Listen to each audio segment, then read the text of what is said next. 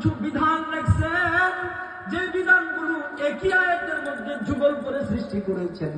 যেমন আকিমুস সালাতা ওয়া আতুজ যাকাত, যেখানে সালাতের কথা বলেছেন, নামাজের কথা বলেছেন, সেখানে যাকাতের কথা আনছেন। এই আয়াতের মধ্যে আল্লাহ তাআলা এনেছেন, যেখানে আল্লাহর ইবাদতের কথা এনেছেন, সেখানে পিতামাতার হক খেদমতের কথাও এনেছেন। অর্থাৎ আল্লাহর ইবাদত বান্দা কতদিন করবে? আমরান ওয়াবুদু রাব্বাকা হাত্তা ইয়াতিয়াকাল ইয়াকিন।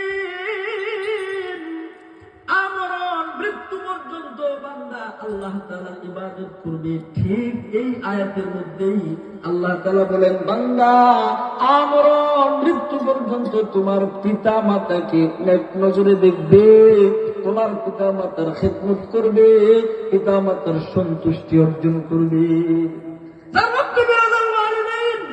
সোজা কথা, পিতা মাতা সন্তানের প্রতি নারাজ, আল্লাহ নারাজ। পিতা মাতা অসন্তুষ্টি, আল্লাহ অসন্তুষ্ট। হুমার জান্নাতু কাউনারুন, এই বাবা মা সন্তানদের জান্নাতের কারণ হবে, বাবা মার অসন্তুষ্টি সন্তানের জন্য জাহান্নামের কারণ হবে।